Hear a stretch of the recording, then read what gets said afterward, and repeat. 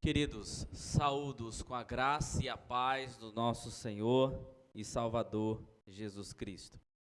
Meus irmãos, como já fora dito, hoje é um domingo que nós estamos falando sobre a importância das missões na vida da nossa igreja.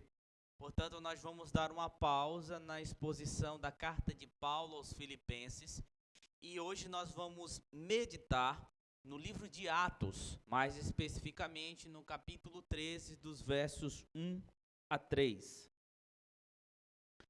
Atos 13, de 1 a 3. Abra a tua Bíblia, permaneça com ela aberta durante a exposição das Sagradas Escrituras.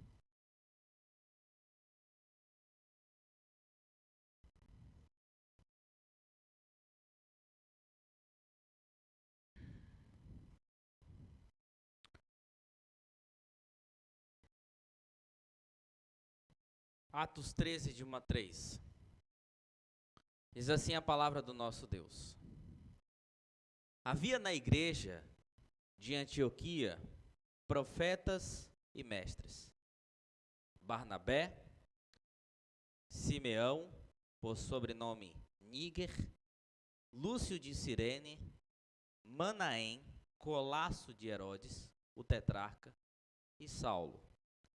E servindo eles ao Senhor, e jejuando, disse o Espírito Santo: Separai-me agora Barnabé e Saulo para a obra ao que eu os tenho chamado.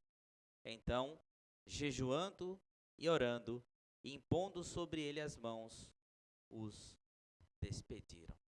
Vamos orar mais uma vez, clamando ao Senhor direção para que possamos aprender mais nesta noite sobre as Sagradas Escrituras. Ó soberano Senhor, louvamos a Ti pela oportunidade de pregar o Teu Evangelho, pela oportunidade de falar do Teu amor para aqueles que o Senhor tem planos, para aqueles que o Senhor deseja salvar. Obrigado também pela oportunidade de propagar o Teu Evangelho em todos os locais onde nós estamos. Isto é uma bênção do Senhor. Mas Deus, como igreja, nós precisamos entender mais e mais essa nossa responsabilidade. A nossa igreja existe para continuar a missão de pregar o Teu Evangelho. Acima de tudo, para pregar o Teu Evangelho. Mas muitas também são as igrejas que dizem, ó Deus, ter essa missão. Contudo, no texto de hoje aprenderemos que uma igreja separada para as missões, uma igreja que tem características fundamentais. Nós possamos então, ó Deus, buscar ter essas características, louvar ao Senhor porque tem nos dado essas características, entender a nossa responsabilidade diante desta missão que foi dada nas nossas mãos. Que essa igreja, ó Deus, entenda que sempre tem esta responsabilidade. Que independente do que aconteça, nós como povo do Senhor, devemos sempre pregar o Teu Evangelho a toda criatura. Ajuda-nos, ensina-nos, em nome de Cristo Jesus. Amém. Queridos, no ano de 2020, aqui no Brasil, foi lançado um dos melhores filmes de guerra de todos os tempos, que é o filme 1917. Um filme com um pouco mais de 1h50 de duração, porém que pode ser resumido em poucas palavras. Na Primeira Guerra Mundial, então, 2 soldados britânicos foram movidos de seus postos e direcionados pelo seu comandante para uma importante missão. Levaram a mensagem que evitaria que 1.600 soldados, 1.600 pessoas caíssem nas armadilhas dos inimigos alemães e fossem massacrados e mortos. Então, em uma corrida contra o tempo, esses soldados atravessavam os campos devastados da França passando por inúmeros perigos, cidades devastadas, tiros e bombas, até que a mensagem então foi entregue e o massacre foi evitado. Mas o que fica bem evidente também quando prestamos atenção no filme são as características de um dos soldados, o único que chegou vivo ao fim da história. E quais eram essas características? Ele era alguém capacitado para a missão, ainda que inicialmente parecesse que não. Era alguém que seguiu o direcionamento que foi dado pelo seu comandante e que foi obediente à sua missão até o fim. E usando, meus irmãos, essa história do filme como ilustração, podemos dizer que o Espírito Santo tem movido e comissionado igrejas ao longo dos séculos para levar a mensagem do Evangelho a toda a criatura. E muitos são as igrejas que se declaram aptas para essa missão. Porém, a exemplo do soldado que nós acabamos de falar, as igrejas verdadeiramente movidas para esta missão têm 3 características essenciais. E quais são elas? É o que veremos durante a exposição desse texto. Irmãos, o livro de Atos é a segunda parte de um grande livro só. O livro de Atos foi escrito também com o Evangelho segundo Lucas. Então, Lucas e Atos são um livro só. E a primeira parte, que é o Evangelho de Lucas, ele fala dos atos de Cristo Jesus, do segundo Adão, do Adão perfeito, do Filho de Deus, do Senhor de todas as coisas, dos atos e feitos do nosso Senhor e Salvador. E o livro de Atos, a segunda parte, fala dos atos dos apóstolos que deram continuidade à missão de Cristo Jesus neste mundo. E quando nós paramos para observar então o livro de Atos, nós vamos ver que o capítulo 13 em especial é um capítulo que traz uma transição muito importante no livro. Os capítulos de 1 a 7, nós podemos observar que tratam da pregação do Evangelho em Jerusalém, onde foram lançadas bases teológicas para uma igreja saudável. A igreja que foi chamada, comissionada, elas meditavam e aprendiam na doutrina dos apóstolos, no verdadeiro ensinamento de Cristo Jesus, mas nas regiões de Jerusalém. Dos capítulos 8 a 12, nós vemos o trabalho missionário da igreja nas regiões da Judéia e Samaria, que ficavam além de Jerusalém, mais próximo, porém além de Jerusalém. E finalmente, começando o capítulo 13, nós temos a expansão do evangelho para todo o mundo romano. Portanto, nós temos o início do que é justamente a missão até os confins da terra, conforme ordenou Cristo Jesus que a sua igreja fizesse. Porém, o que também chama a atenção aqui no capítulo 13, nos 3 primeiros versos, é que o próprio Senhor decidiu usar a sua igreja, que estava em um lugar específico, para ser o instrumento que daria esse pontapé inicial em levar o evangelho da salvação até um mundo sem Deus. E essa igreja, movida por Deus para as missões, tinha 3 características fundamentais para qualquer igreja, em qualquer lugar, em qualquer tempo. E é sobre essas características que meditaremos nesta noite, pois cremos que esta igreja, a igreja presbiteriana em Cosmópolis, foi movida pelo Senhor para dar continuidade à missão de pregar o evangelho a toda a criatura. Portanto, conforme sugere o primeiro verso, nós vamos ver que uma igreja movida pelo Senhor para as missões é uma igreja capacitada pelo Espírito Santo. Uma igreja movida para as missões é, em primeiro lugar, conforme o verso de número 1, uma igreja capacitada pelo Espírito Santo de Deus. Veja que Lucas começa o verso 1 citando a igreja em Antioquia. Uma igreja específica. Talvez na tua Bíblia esteja a igreja de Antioquia, mas não é uma igreja que pertencia à Antioquia da Síria, naquele lugar. Mas conforme mostra a preposição grega, é a igreja em Antioquia. Qual a diferença que isso traz? Era a igreja de Jesus Cristo pertencente a Jesus Cristo que estava naquela localidade. E parece simplesmente uma citação básica, uma simples identificação, mas não é. Por quê? Porque a igreja em Antioquia da Síria já tinha sido a primeira igreja a alcançar de modo significativo a vida de muitos gentios, de homens e mulheres que não eram judeus. Observem que no capítulo 11 de Atos, a partir do verso 19, é dito que após a morte de Estevão, uma grande perseguição veio sobre os discípulos que habitavam nas regiões de Jerusalém e da Judeia. Por causa disso, muitos se espalharam até outros lugares do mundo e alguns deles chegaram até a cidade de Antioquia, que ficava a 500 quilômetros de Jerusalém. E ali foi onde eles começaram a pregar o evangelho de Cristo, não só para judeus, mas também para gentios. Lembre-se que a igreja primitiva tinha a prática inicial de pregar o evangelho apenas para judeus. E depois disso, o evangelho foi se expandindo e a igreja de Antioquia começou a pregar de maneira significativa aos gentios. E é dito que a mão do Senhor também estava com eles. Inclusive, tal acontecimento chamou a atenção da igreja em Jerusalém.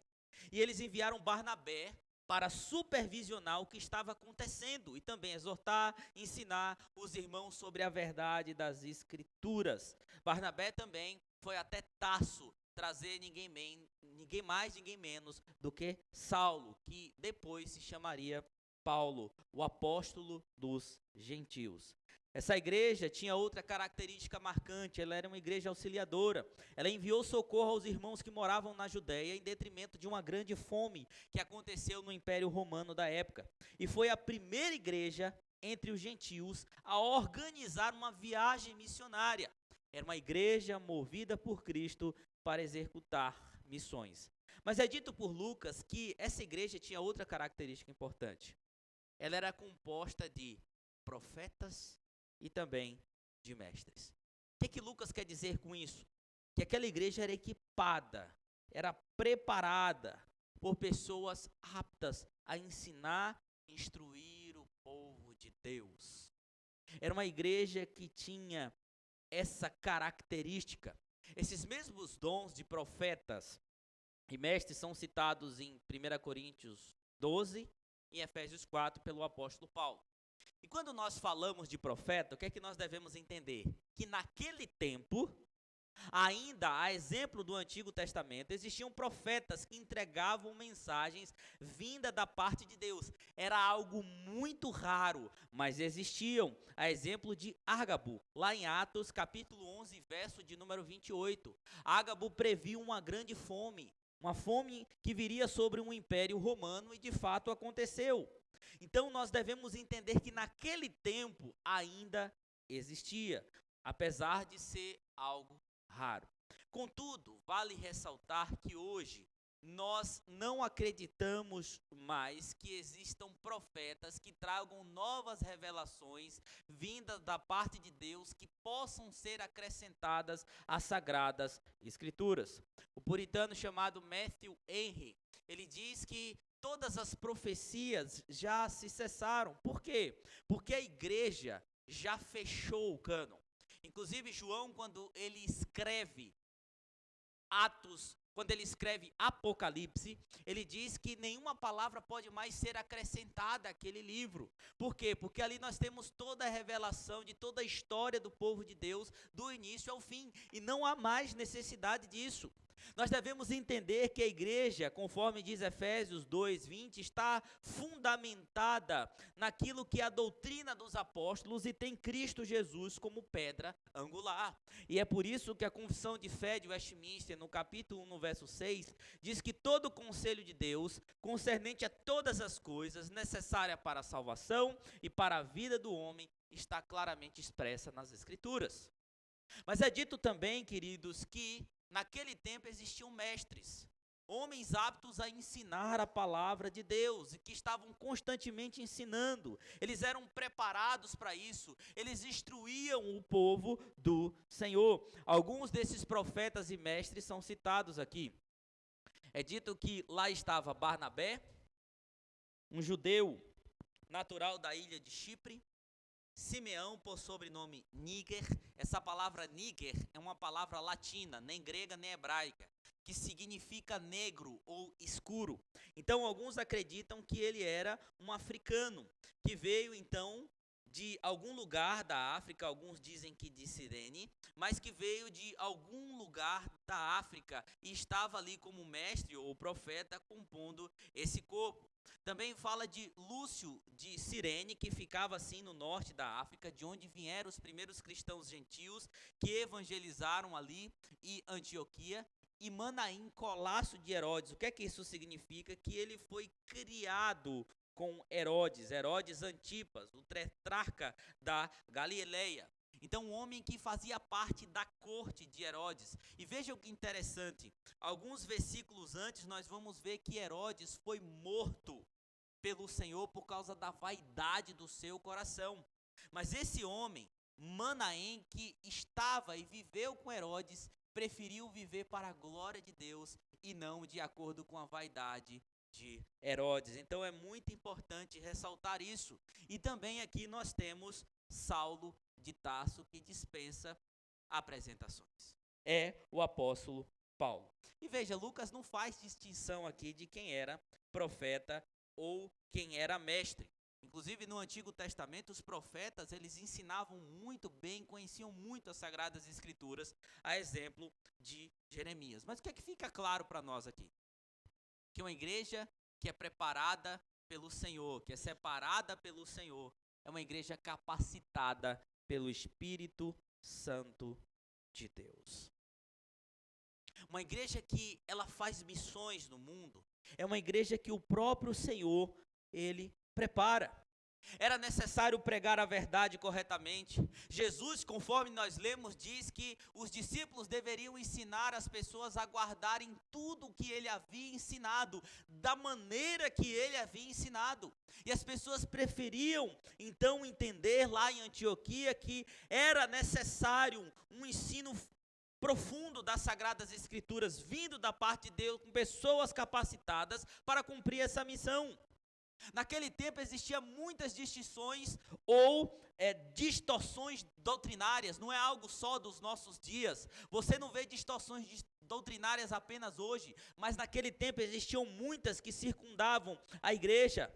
Portanto, queridos, uma igreja capacitada para as missões é uma igreja que está sempre teologicamente preparada, conduzida pelo Espírito Santo. É interessante que muitos dizem assim, para você ser um missionário, basta você ser crente. Tá bom. Muitas igrejas olham assim e falam, então você é crente, eu vou enviar você. Algumas agências missionárias, inclusive uma delas muito conhecida no Brasil, você abre o site dessas agências missionárias e você vai ver que os requisitos, os pré-requisitos para alguém ser um missionário é ser crente, ter mais de 18 anos e ser enviado uma carta recomendada a essa pessoa por meio do seu pastor. E apenas isso. Mas se esquece dessa necessidade de conhecer mais a palavra de Deus, de estar sendo mais preparado por Deus no conhecimento do Senhor Jesus Cristo. E nós podemos dizer, irmãos, que a igreja aqui em Cosmópolis é uma igreja que está sendo bem preparada teologicamente. O Espírito Santo de Deus tem tido misericórdia desta igreja, desta congregação, e esta congregação está sendo capacitada pelo Espírito Santo do Senhor. Creiam, o pastor de vocês já passou por muitas igrejas. Deus me deu essa oportunidade de pregar em muitos lugares, desde a minha adolescência, de pregar em outros estados, de conviver, de servir em algumas igrejas. E eu posso dizer para vocês, poucas igrejas têm, em termos de teologia, o que vocês estão aprendendo. Só que a pergunta que surge é, para quê? Para que você está sendo capacitado pelo Espírito Santo de Deus? Para que você tem vindo aqui domingo após domingo na escola dominical, no culto à noite, aprendendo a palavra de Deus, ouvindo a exposição fiel das Sagradas Escrituras, apenas para encher a tua cabeça? apenas para encher o teu intelecto. Não, meus queridos irmãos, não é para isso. Nós não estamos aqui para nos tornar um clube de conhecimento teológico, mas o conhecimento sobre Cristo é o nosso bem mais precioso e nós devemos compartilhar às pessoas como a mensagem mais preciosa. Uma igreja que guarda a sua fé, mas não a proclama, é uma igreja infrutífera. O Espírito de Cristo capacita você para que você possa pregar o Evangelho fielmente. Nós adentramos essa igreja semana após semana, não apenas para ficarmos por aqui mesmo, mas para sair com o coração de Deus para as pessoas, porque Ele, se tiver plano na vida dessas pessoas, pode salvá-las. Você está sendo capacitado para isso. Homens, mulheres, crianças estão sendo capacitados para evangelizar. Mas surgem aqueles que dizem o seguinte: tá bom, pastor, eu sei que é verdade, eu estou sendo capacitado, eu estou aprendendo. A grande questão é, eu não sei como evangelizar pessoas, eu não sei como chegar, eu não sei fazer relacionamentos intencionais, eu preciso de mais preparo, eu preciso articular bem as palavras que eu vou usar, e põe empecilho, e põe desculpa. Se eu não for, tem que vá falar uma pessoa mais capacitada. Não, irmãos, lembre-se como é que Jesus Cristo ministrava, era uma mensagem direta, e você está aprendendo para pegar qual mensagem? O Filho do Homem veio buscar e salvar aquele que está perdido. Esta é a mensagem que você deve pregar. Você deve pregar às pessoas que todos nós sem Cristo estamos condenados à perdição eterna, caminhando para a perdição eterna. Mas fulano é bom porque ele carrega, ainda que distorcido, a imagem e semelhança de Deus. A Bíblia diz que não há um bom senão o Pai, senão o Senhor Deus Todo-Poderoso. Todos os homens pecaram e carecem da glória de Deus. Os seus parentes que estão distantes de Cristo, os seus amigos, os seus colegas de trabalho, os coleguinhas da escola, todos precisam de Jesus e você está sendo capacitado para isso. Pregue. Meu irmão, minha irmã, diga às pessoas que Jesus, se tiver plano na vida delas, pode salvá-los. É para isso. Não é para encher a tua cabeça de teologia. Quantas pessoas em Cosmópolis você conhece que estão distantes de Cristo? Você precisa pregar para elas. Agora veja, se você está aprendendo, mas você não tem coragem de pregar o Evangelho, tem alguma coisa errada. Você está usando algo belo e guardando só para você. Mas como disse Charles Spurgeon, evangelizar, pregar o Evangelho, é um mendigo dizendo a outro onde encontrar pão. Essa igreja está sendo capacitada para a pregação das Sagradas Escrituras. Mas tem um outro ponto essencial aqui. Uma igreja movida para as missões, conforme nós vemos aqui no livro de Atos, é também uma igreja direcionada pelo Espírito Santo. Quem é que dá direção para uma igreja capacitada, escolhida, separada para as missões? É também o Espírito Santo de Deus. Entenda uma coisa: missões não é algo planejado pelos homens. Missões mundiais origina-se em Deus e é executada por Ele. Sabe quem é o mais interessado nas missões? O próprio Senhor Jesus Cristo. Entendam isso.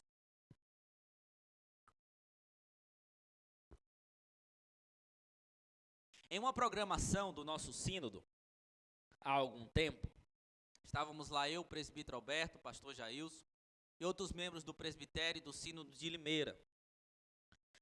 O reverendo Cássio Silva, que é um missionário da APMT, para quem não sabe, a APMT é a Agência Presbiteriana de Missões Transculturais, que tem vários missionários espalhados por muitas partes do mundo.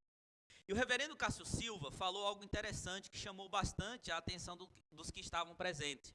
Ele disse o seguinte: quem cria igrejas, quem planta igrejas, quem revitaliza igrejas é o Espírito Santo de Deus. Nós somos só meros instrumentos e às vezes a gente mais atrapalha do que ajuda. Às vezes por causa do nosso coração cheio de dificuldade, do egoísmo, a gente mais atrapalha do que ajuda. Mas o mais interessado, aquele que começou a boa obra, que começa a boa obra, é o Espírito Santo de Deus. Tudo que acontece no livro de Atos, você pode colocar lá como responsável o apóstolo Pedro, os apóstolos, o apóstolo Paulo. Não, é o Espírito Santo que está direcionando tudo aqui. Inclusive, esse livro poderia claramente ser chamado dos Atos do Espírito Santo de Deus.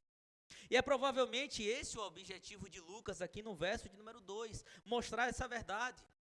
Porque é dito que o Espírito Santo intervém diretamente para orientar a igreja sobre quem eles deveriam enviar para uma missão específica. Não é dito aqui claramente que missão era essa inicialmente, mas é dito que quando eles estavam jejuando e orando, o Espírito Santo de Deus falou essa mensagem clara. Sobre jejum, sobre oração, sobre adoração, conforme está escrito aí, nós podemos entender que o verbo para adorar aqui é uma palavra grega, que aparece apenas 3 vezes no Novo Testamento, mas é uma referência aos antigos ritos de adoração dos sacerdotes. Os sacerdotes tinham os ritos de adoração no Antigo Testamento, e isso foi substituído pelo quê? Pelo culto ao Senhor. Pelo ato de cultuar, o ato de adorar, de orar, de engrandecer, de cantar louvores ao Senhor. E nós temos algo claro aqui, a igreja estava adorando a Deus, a igreja estava servindo a Deus enquanto estava se reunido. E também tem um ato de jejum. Muitas vezes o jejum era praticado na igreja da época. No Antigo Testamento, o jejum era praticado apenas uma vez, durante o tempo da expiação, o dia da expiação. Contudo, no primeiro século, o judaísmo desenvolveu 2 jejuns por semana. E a prática do jejum começou a ser recorrente no Novo Testamento. Inclusive, Atos fala sobre jejum, Paulo fala sobre jejum nas suas cartas, e jejum é algo muito importante, segundo a Bíblia, para a vida do crente. Mas o jejum, ele não tem como alvo principal simplesmente abdicar-se de comer, de beber ou de qualquer outra coisa. Mas o jejum em termos bíblicos era para buscar a orientação de Deus no que deveria ser feito.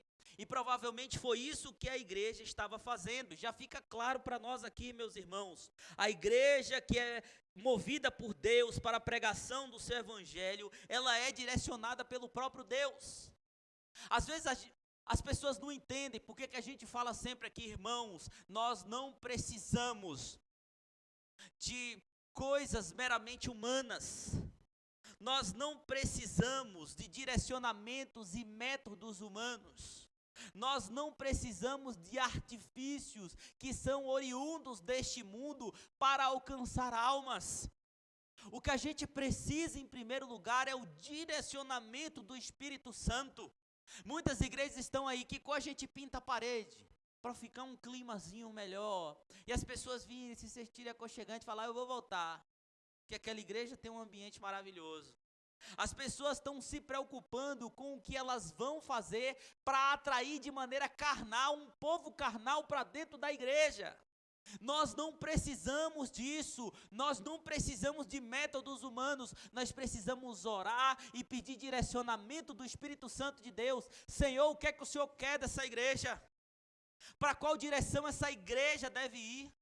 O que é que nós devemos fazer aqui para que glorifique o nome do Senhor? E é isso que nós temos buscado fazer. E é isso que nós devemos fazer. Nós não precisamos da direção do mundo. Nós precisamos da direção de Deus. E é dito que quando eles adoravam e jejuavam, o Espírito Santo disse, separa para mim Barnabé e Saulo. Como eu falei há pouco, não foi dito exatamente para quê, mas fica claro aqui no capítulo 13, no verso de número 4. Eles foram chamados, eles foram convocados pelo Senhor para fazer a primeira viagem missionária no mundo gentílico. O Espírito Santo de Deus fala, muitos dizem que não é possível saber como ele falou, Mas se nós olharmos a Bíblia como um todo, dá para nós entendermos. Porque Yahvé no Antigo Testamento falava de maneira audível, sem usar a figura de uma pessoa. Deus Pai, no Novo Testamento, lembrem-se da cena do batismo, falou de maneira audível, sem usar a vida de qualquer homem para isso, e as pessoas ouviram. Mas o Espírito Santo de Deus na Bíblia, ele sempre usou pessoas para falar. E provavelmente quem falou aqui foi um profeta do Senhor. E o profeta provavelmente falou essa mensagem clara aqui para os irmãos: separa para mim agora. O termo aqui é de urgência, é um imperativo de urgência. E Saulo e Barnabé foram separados para uma missão, a primeira missão missionária no mundo gentílico da época, levando o evangelho aos confins da terra. É verdade que mais na frente eles se separaram por causa de problemas do coração. Vejam, o apóstolo de Cristo, o apóstolo gentil como Paulo, também pecava. E é interessante que muitos se dizem apóstolos hoje, são semideuses. Mas o apóstolo Paulo e Barnabé acabaram se estranhando por causa de João Marcos, se separaram, mas Deus não deixou de usar a vida deles, eles se reconciliaram um pouco mais tarde. E fica claro aqui que o Espírito falou o seguinte, que assim como Moisés e Arão foram convocados para guiar o êxodo do povo de Deus, Barnabé e Saulo foram convocados para guiar o povo gentílico de volta para Deus. Vejam, o que acontece? No direcionamento do Espírito Santo, muitos são separados especificamente para uma obra. Eu vim da congregação presbiteriana em São João do Paraíso, Mascote, Bahia. Um lugar tão distante. Lembra do filme do Shrek? Tão distante. E o Senhor me separou de lá para cumprir o chamado dele em outros lugares. O Senhor já separou pessoas daqui e eu creio que vai separar no futuro também. Mas observe uma coisa interessante. 2 deles foram separados, mas os outros ficaram. E ficou para quê? Ficou para esquentar banco? Ficou para vir apenas domingo à igreja? Ficou para bater papo com os irmãos durante a semana? Não, queridos. Não foi para isso não. Eles ficaram para pregar o evangelho, continuar pregando as sagradas escrituras. Eles ficaram para poder propagar Cristo aonde eles estavam. Onde foi o primeiro lugar que os crentes foram chamados de cristãos pela primeira vez? Em Antioquia. Por quê? Porque eles não só pregavam, mas pareciam com Cristo Jesus. Deus separa o seu povo. Você fica na igreja e você fica para quê? Para pregar Jesus Cristo. Uma igreja direcionada pelo Senhor, uma igreja onde o seu povo continua fazendo o seu papel. O objetivo final para você aqui não é simplesmente ouvir e guardar tradições ou coisas do tipo, como uma espécie de manutenção. E vejam, quantas igrejas caem numa mentalidade de manutenção, onde apenas querem manter um clube religioso e preservar as suas tradições. John Piper, pastor norte-americano, ele diz algo interessante. Ele diz que o livro de Atos é uma acusação constante a um mero cristianismo de manutenção. Devemos ter cuidado, queridos, de não estarmos vivendo apenas um cristianismo de manutenção. O cristianismo, ele é modo operante, não modo estagnado. Vejam, nós devemos ser modo operante aí fora, pregando o evangelho, porque o nosso Deus está em modo operante. E sabe desde quando? Não foi desde Atos não, desde Gênesis. Quando o homem peca, o Senhor vai e diz à mulher: eu vou botar inimizade entre a tua descendência e a descendência da serpente. Foi a partir dali que o Senhor começou a operar missões no mundo todo, usando o seu povo para pregar o evangelho. Uma outra mentalidade, queridos, que devemos ter cuidado é a terceirização de uma obrigação que é nossa. É tipo assim, tem um pastor, deixa que o pastor prega. Ele é pago para isso. Ele está aqui para isso. Deixa que ele sai descalço num céu quente de 50 graus, queimando os pés e gritando no meio da rua que Jesus salva. Enquanto isso, eu estou daqui só assistindo. Infelizmente, muitos têm essa mentalidade. Deixa que o presbítero fale, que o diácono fale, a obrigação é tua. Você tem a obrigação de pregar o evangelho. Você tem a obrigação, sim, de fazer missões. E vejam, não é simplesmente começar aqui para o mundo, mas é fazer aqui no mundo. Você tem que auxiliar missões, orar pelos missionários que estão lá fora, mas fazer o teu papel aqui, auxiliar até financeiramente, se você puder. Meus irmãos, não podemos terceirizar aquilo que o Senhor coloca nas nossas mãos. O chamado de Deus para pregação, para evangelização é irrevogável, é intransferível. Para os que vão e para os que ficam. Não é apenas individual, mas é comunitário. Essa igreja deve pregar o evangelho. Não sabemos onde estaremos daqui a um mês, daqui a um ano, mas aonde você for, é tua obrigação falar da palavra de Deus. É tua obrigação.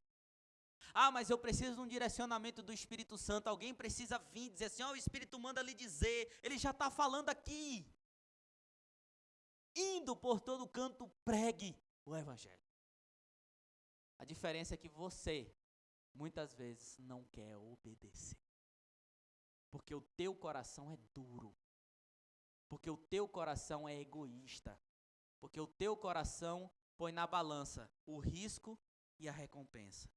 Ah não, se eu falar eu vou ser xingado, vão fechar a cara para mim, eu vou ser apedrejado. Então é melhor deixar para lá do que pregar as Sagradas Escrituras. Mas falando de obediência, em terceiro lugar, caminhando-nos para o final, o texto nos mostra que uma igreja movida para a pregação do Evangelho e para as missões é uma igreja obediente ao Espírito Santo de Deus. O Senhor deu a ordem. O que é que eles fizeram? Jejuando e orando, impondo sobre ele as mãos, os despediram. É repetido que a igreja continuou orando e jejuando, talvez para confirmar se de fato aquela tinha sido uma palavra de Deus, ou continuando a adorar ao Senhor, não está claro aqui no texto.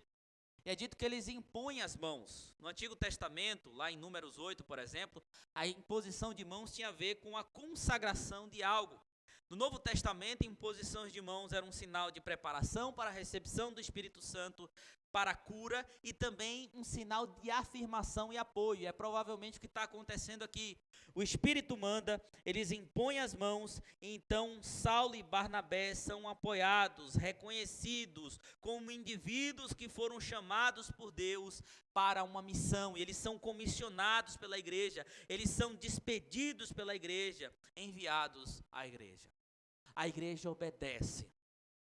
E o Espírito Santo de Deus, o Senhor Jesus Cristo, o Senhor Todo-Poderoso tem dito que você foi separado para pregar o Evangelho. Queira você ou não. Mas eis a questão. Como igreja do Senhor, nós estamos sendo obedientes. O Senhor disse, obediência quero e não sacrifícios. Devemos ser obedientes, queridos, ao que o Senhor fez por mim e por você. Observem uma coisa, pregar o Evangelho não é um fardo não, isso é coisa da tua cabeça.